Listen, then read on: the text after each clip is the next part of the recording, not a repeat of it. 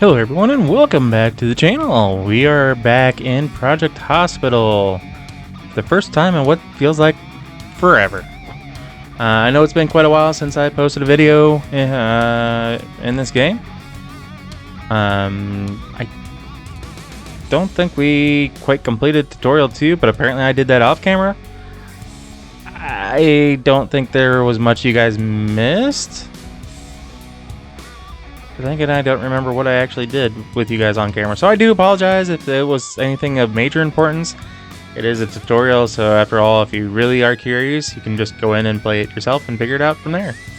Something tells me I think it has to do with some of the prefab rooms, but maybe I'm wrong on that. In any case, tutorial number 3 looks to be the next thing on our list, which is learning the rules of hospital management and getting acquainted with the hospitalization process. When I first started this game today, they apparently had some updates. It sounds like having to do with the number of nurses and a few other odds and ends, possibly to make it more realistic. I'm not sure, but let's get into it. Alright, hi boss. With diagnosing and building out of the way, we know that you have one more talent that also might need a little refreshment. I might need a refreshment here before too long because I don't have a drink at the moment. Let's see how this goes. Let's take a closer look at hospital management. We can start with department management. Go ahead and switch to department management mode. Okay. This mode gives you all the information about your selected department, assigned staff, and rooms.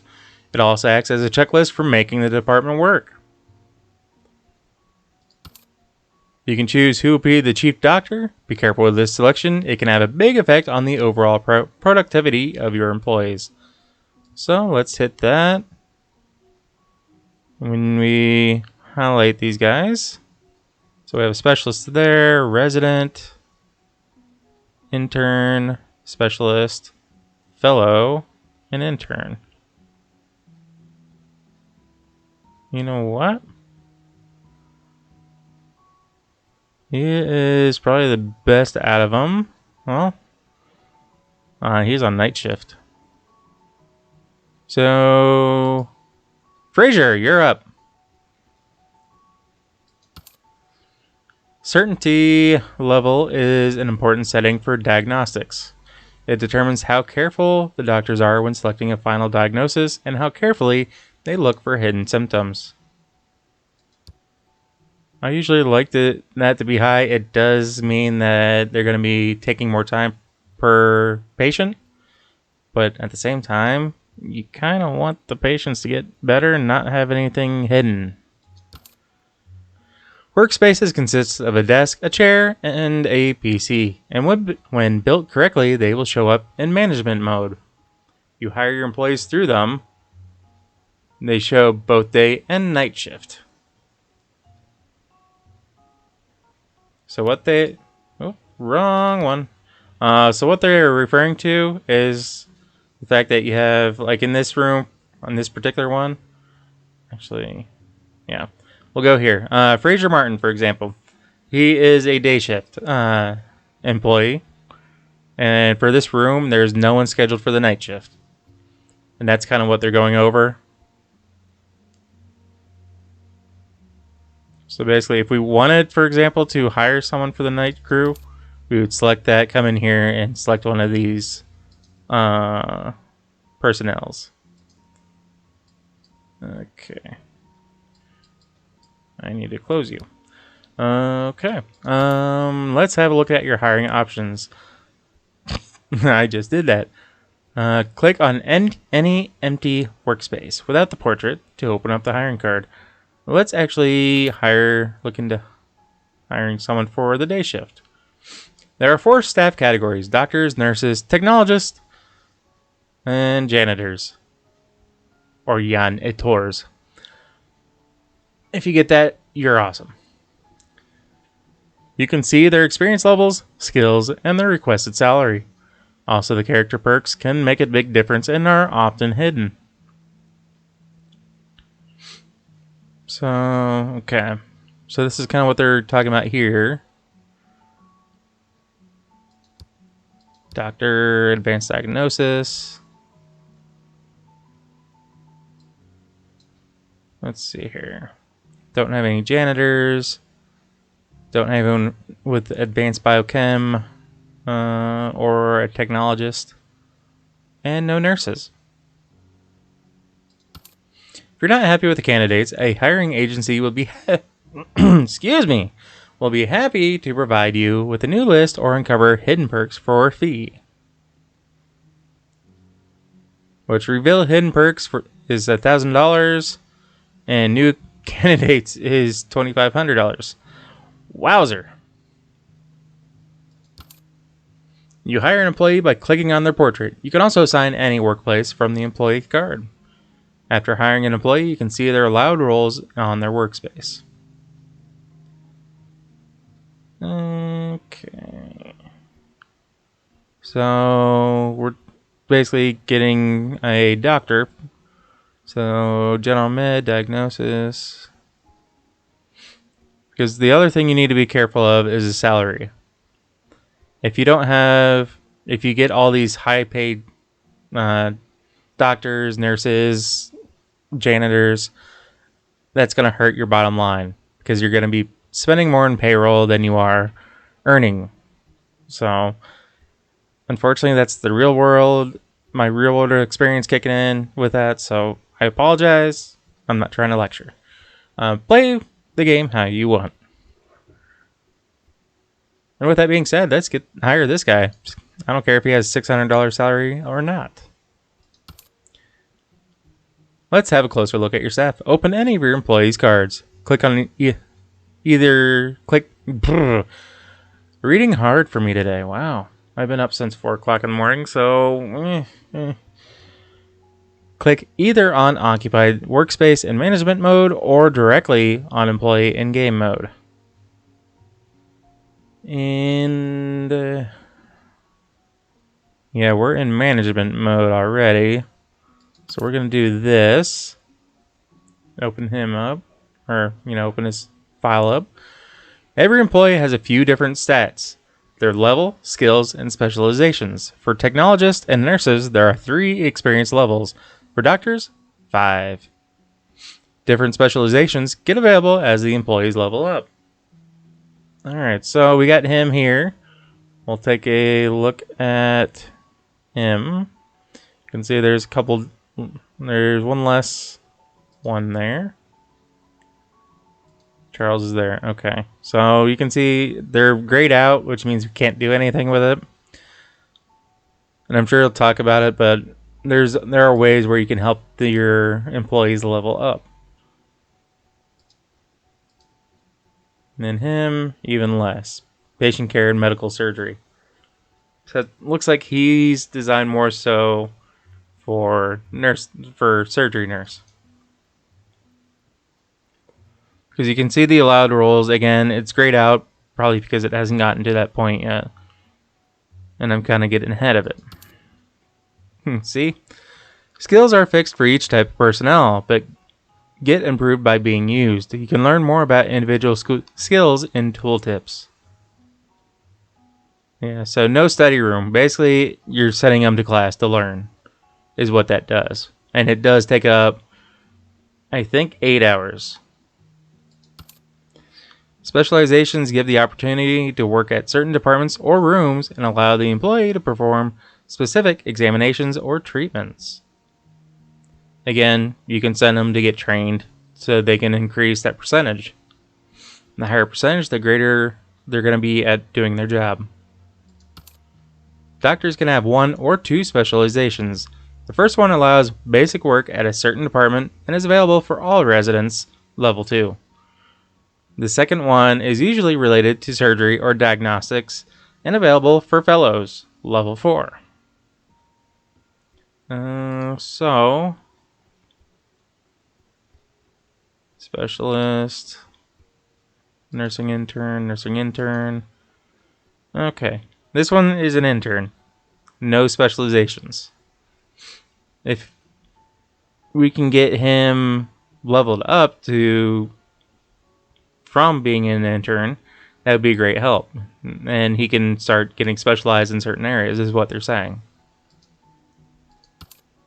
Employee roles give you the option to control what task each employee is allowed to perform. This way, you can make sure that you have staff available when they're really needed.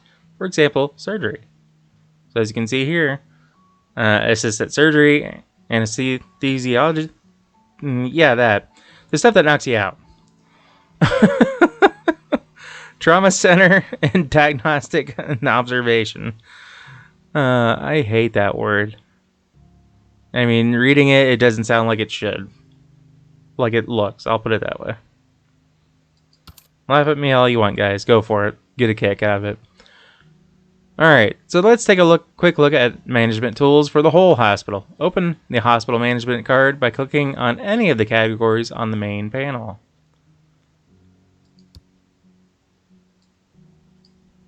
Oh, down there. So if I would only look down here, which would be this. This card contains 5 categories: department stats, insurance, ambulances, budget, and stats. Click them often because they will give you feedback you need for running an efficient hospital. And efficient, not inefficient. So before we go on, so this is going to be your department stats, mainly for emergency. If you have other ones, you can select them and then choose that. But this kind of gives you an overview of how your department is working. So workday load, none. Same at night, none. Staff satisfaction has boss 11, great. Nice environment and bored, yeah. Patient satisfaction, not showing any. Probably because we haven't had any patients, maybe? I don't know. And it tells you if any have died, any have collapsed, or any were left untreated, hungry, things like that. This is the insurance. If we had any contracted companies in here, it would populate, and it kind of gives you an idea of what you need to do to maintain that. Same with ambulances. They rush off and bring sick to your hospital. And this is your budget. Again, you know, insurance gives you money, obviously, for making, for meeting the requirements. And then you have your wages. That's why I kind of mentioned before. You know, wages for your clinic, and then you also have wages for your hospitalization and insurance for the hospitalization. There are 2 different ones, I believe. Oh, clearly. Then you have your total. And they do have it broken down by department there. And these are just stats. You know, how your staff's broken up.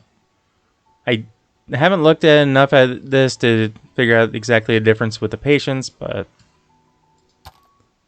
yeah. Alright, so we need to switch to the department management and select General Surgery Department, which is this guy. Check what rooms are missing at General Surgery Department and build them. Remember that rooms with red numbers next to them are mandatory. Tooltips for rooms on the list provide some extra information. Okay, oh, over here. So we're looking at this here. The only one that we're really missing is the HDU or the high dependency unit. And then obviously we need a surgeon. So we're going to go into build mode. And can I do an HDU? So I'm just going to do... Ooh, I can. We're going to do it this way, because that makes it so much easier.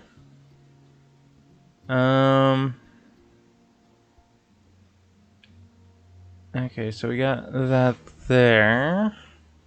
We got a restroom there. I'm not 100% certain what that room is going to be used for, but I'm sure they're going to tell us. It's time to hire a surgeon for the day shift in the on-call room.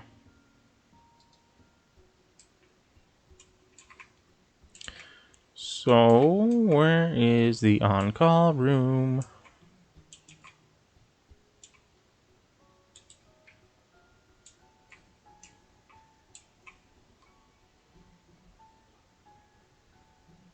Oh yeah, should be able to do it this way. Maybe.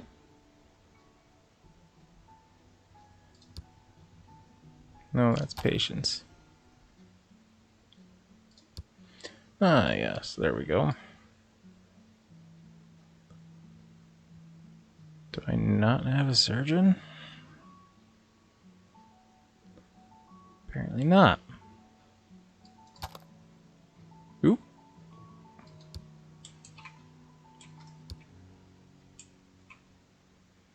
Ba-dum-bum-bum.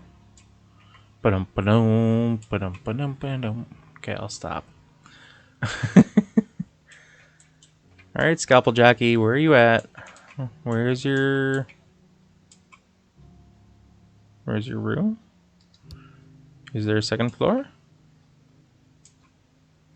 There is a second floor.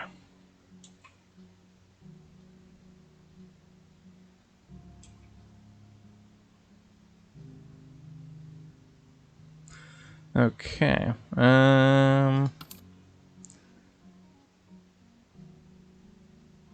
Again, you should always be careful about that, but the higher the salary does not necessarily mean that they're going to be best at whatever.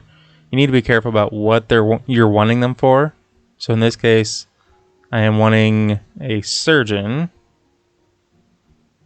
So we'd be looking at general surgery. I do believe anyway. That's what I'm going with. Oh wait, no, operative surgery. Here we go. Yeah, so this, she is going to be the best. So, ooh, ambulance left.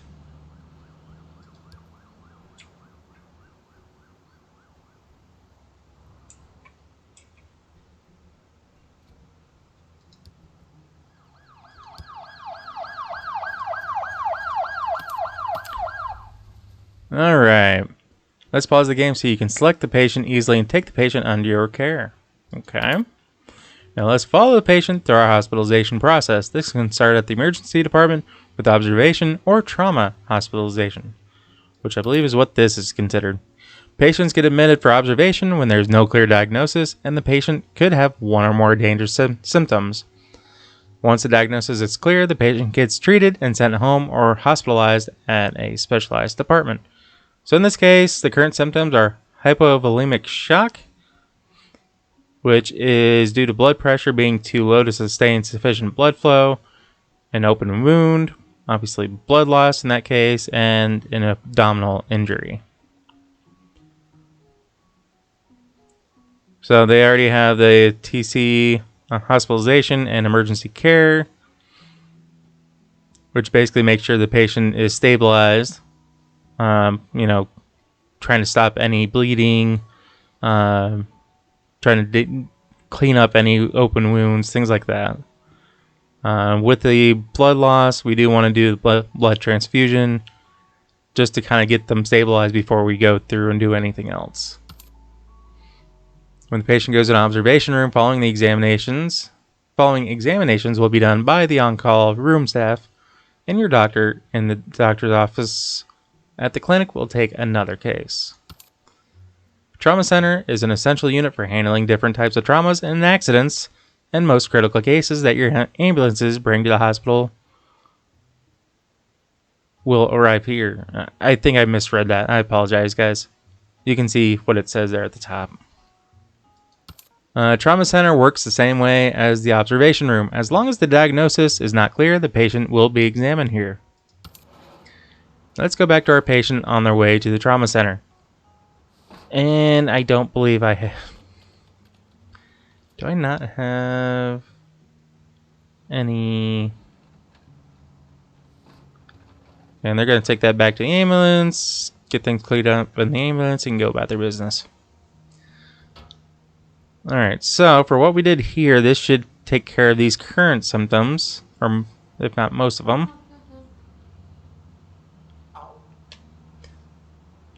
And one of the ways that I know for certain to deal with finding a clear diagnosis is to figure out what all the symptoms are. So we do have 2 hidden symptoms in this case. It'd be best to figure out what those are.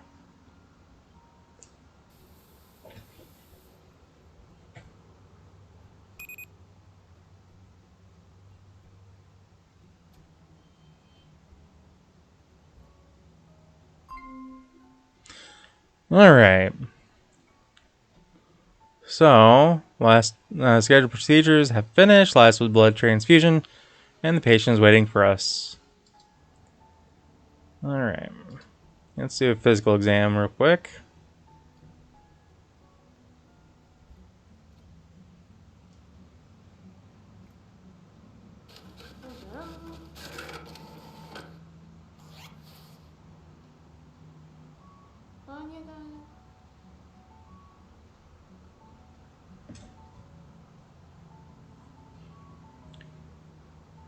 And while we're waiting on that, you do notice that. Alrighty then. I was going to say, as they become suppressed, they kind of get grayed out. The bright red ones are the ones that can cause issues in the long run. So, which means we need to get a pressure bandage on that to deal with the severe hemorrhage. Let's hear what's going on in the chest.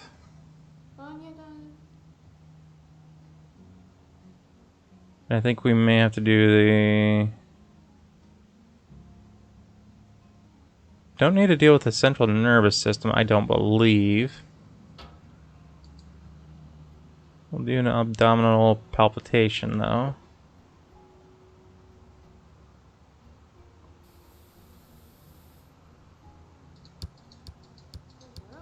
Let's get those guys cleared up. Just kind of get the screen cleaned up a little bit here.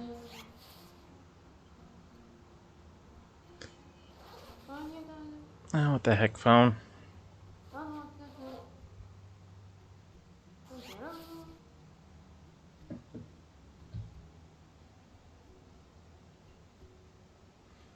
Apologize if you guys heard that. My sister's texting me at the moment. Thought I had my phone turned down to vibrate. Alright, so we dealt with the severe hemorrhaging. The other 2 items were not successful in finding anything. Let's get him on a heart monitor just to make sure we don't have any other issues.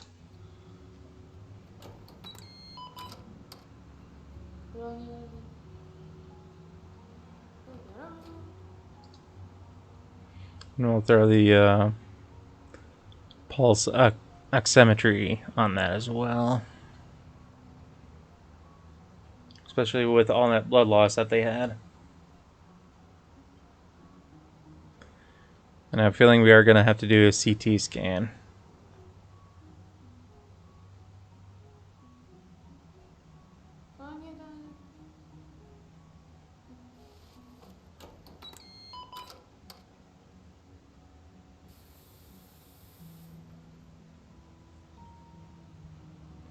Penetrated spleen rupture.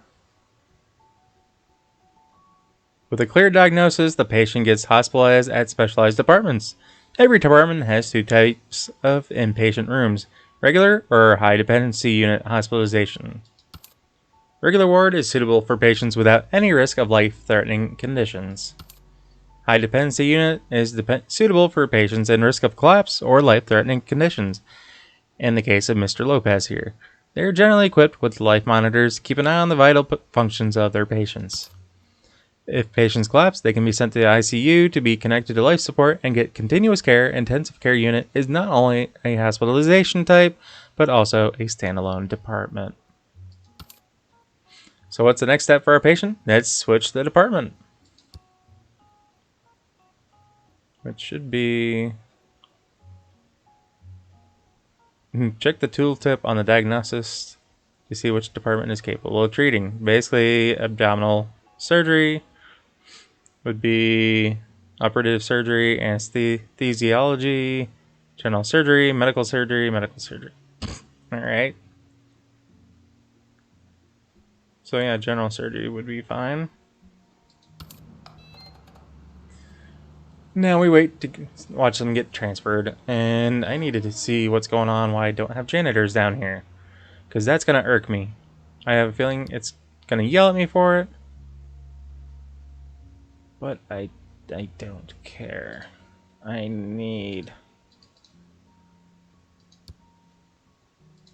just need one. Oh, wrong screen. My bad. I know I'm getting ahead of him. Probably the game by doing that, but I just, yeah. I'd rather do that now.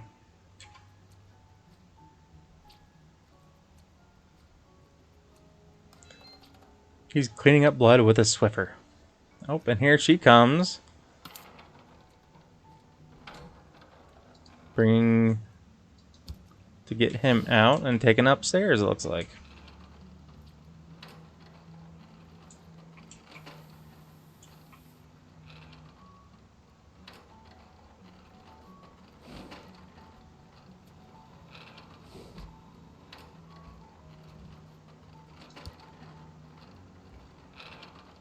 Yeah, and what this the tip is this little cross here. Because normally you don't see it, but if you put your mouse over it, you can follow him that way.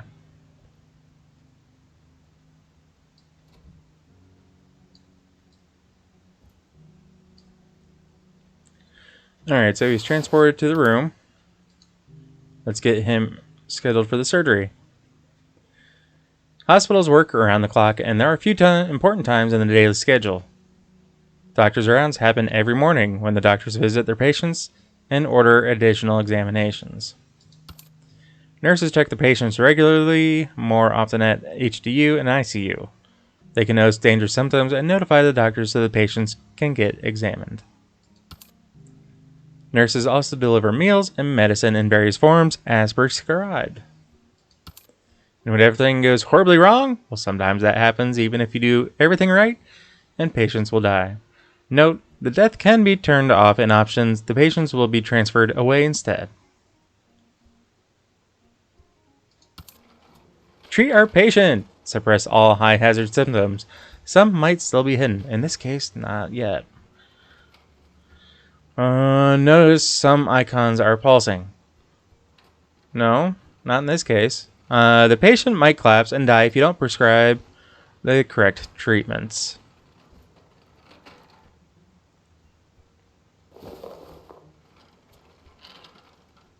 So we're going to watch him get taken to surgery. Which looks they're getting that set up, yep. I don't like how it just on, changes like that, but it is what it is.